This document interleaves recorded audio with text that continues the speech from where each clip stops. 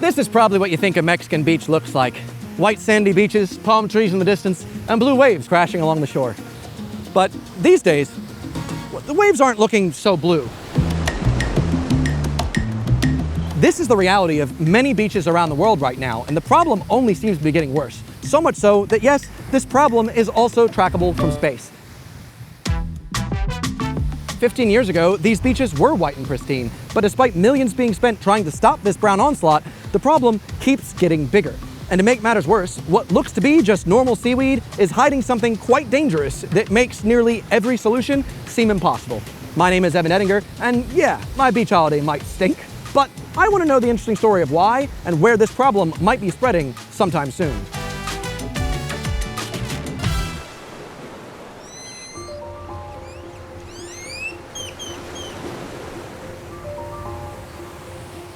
So first off, what is this stuff?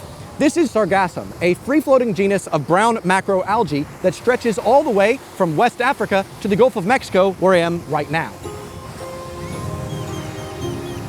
At its largest, this belt has stretched more than 8,850 kilometers across the Atlantic.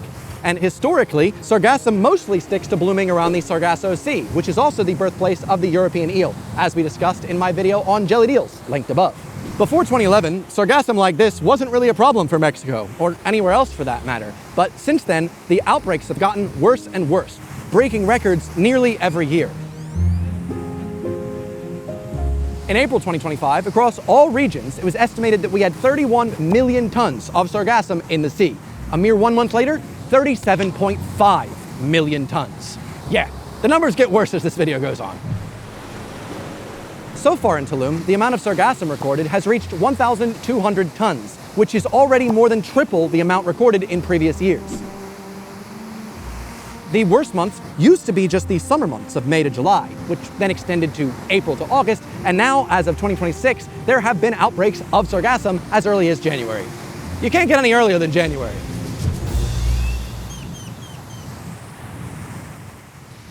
But what exactly is causing the increase in sargassum, and why does it stink so bad?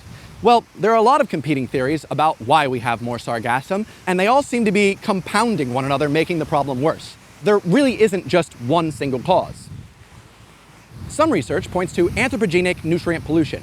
Basically, discharges from rivers like the Mississippi, the Amazon, and the Congo bring with it high levels of nitrogen and phosphorus from things such as deforestation, agriculture, sewage, and other human activity. And sargassum, like many plants, uses those nutrients to grow. But sargassum also gets a healthy heaping of nutrients from an unexpected source, the Sahara Desert. Each and every year, dust clouds from the Sahara Desert blow across the Atlantic Ocean, and each dust cloud brings with it trace metals such as iron and phosphorus, which really help the sargassum to bloom. Couple that with the increasing water temperatures due to climate change, and you've got yourself a recipe for an incubator for sargassum, sort of like an infinite sargassum glitch. And you might think this is just an example of nature being nature, and there's no real problem with sargassum washing ashore like this. But the thing is, sargassum is much happier floating on the sea. In normal quantities, sargassum provides a lovely habitat for many different species of sea turtles, crabs, shrimp, and other underwater wildlife. But too much of it can also be destructive, and when the sargassum deposits itself on the beach, things go from bad to worse.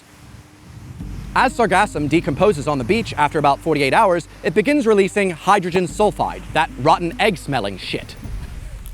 I'm a journalist. Ammonia, sulfur. As the sargassum decays, after about 48 hours, anaerobic decay releases hydrogen sulfide that's responsible for that rotten egg smell in the air around us. And it also releases methane as well as ammonia. You want to breathe that in? I don't, but I'm here. Sorry, I'm starting to lose it. Hold on. All right, hold on. A study by the University Hospital of Martinique tracked 850 patients exposed to sargassum emissions between January 2018 and September 2024. 80% reported neurological disorders, 80% reported respiratory disorders, 70% digestive issues, and 60% central sleep apnea.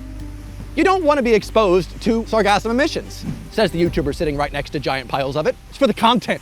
Thanks for subscribing. We're done here.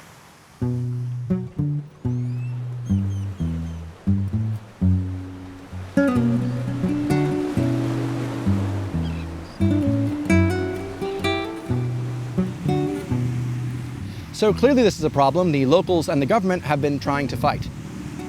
In 2024, the Mexican government installed 8.6 kilometers of sea barriers along the most frequented beaches to prevent any more of the sargassum from reaching the shores. They also have multiple ships designed solely to remove sargassum from the sea, but it just seems to have a very limited impact. Even at peak efficiency, the Half Moon Bay barrier only deflects 2/3 of incoming sargassum. And when there are storms in the area, well, that displaces the barriers, meaning ongoing maintenance is pretty much never finished. Today, just sitting here, I was able to watch so many different employees shoveling and shoveling and shoveling a never-ending amount of sargassum to then have, well, as you can see, tractors going through and pushing it all into mountains where it's then further collected and taken away.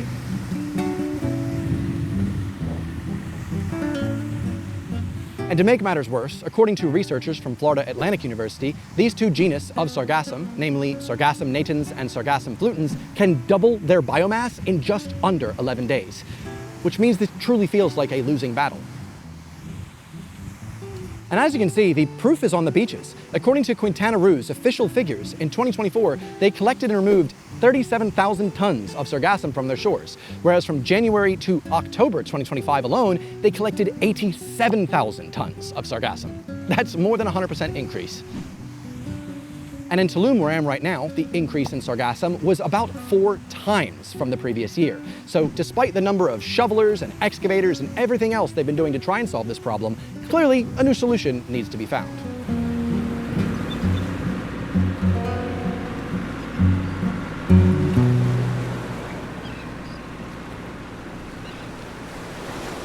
Some locals have begun collecting large swathes of sargassum to process into bricks to build homes, which is a pretty great way to make lemonade with all these lemons. And for a time, the Mexican government tried composting the sargassum to use as fertilizer, until they ran into a pretty big problem. Sargassum bioaccumulates arsenic, and according to a 2020 Mexican study, 86% of sargassum sampled on the beach exceeded the EU arsenic limit for animal fodder. And worse, the Mexican sargassum fertilizer experiment found that arsenic and cadmium had leached from the sargassum into the vegetables grown, meaning that anything using that fertilizer wouldn't really be safe for human consumption. And as the problem expands, it's affecting a lot more than just hotel beaches in Mexico. Since 2011, huge sargassum deposits have been spotted across 30 different countries, among the Caribbean islands, Brazil's northern coast, as well as Western Africa. So this is clearly an international problem. The EU have prioritized sargassum work under its Global Gateway program, and Mexico, Grenada, and the Dominican Republic have pledged to remove at least 660,000 tons of this stuff and process it between 2026 and 2027. And as I said, there are over 30 million tons of this stuff floating out in the Atlantic Ocean, so it just feels like, oh, the 660,000 tons versus 37 million at the moment? It just feels like a never-ending battle as I watch just the brown waves just keep pushing stink. Countries are now trying to turn this stuff into fuel, fertilizer, bioplastics, and building materials, while also navigating the fact that a lot of it contains arsenic. So this really is a space where a lot can change in a very short amount of time.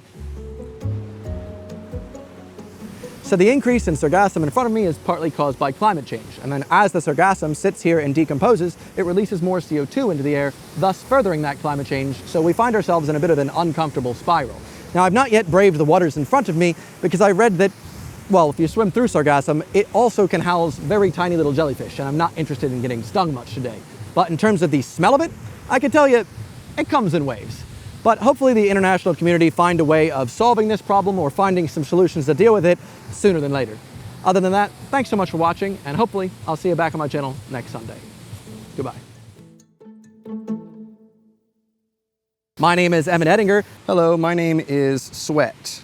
I really hope my audience understand just the lengths I go to. This stinks, all right? It's like I'm in a landfill, full of rotten eggs and cum. But what exactly is causing? What? So first off, what is this stuff? This is actually pretty cool. Whoa, there's like little balls in there. I love it when little balls are in there.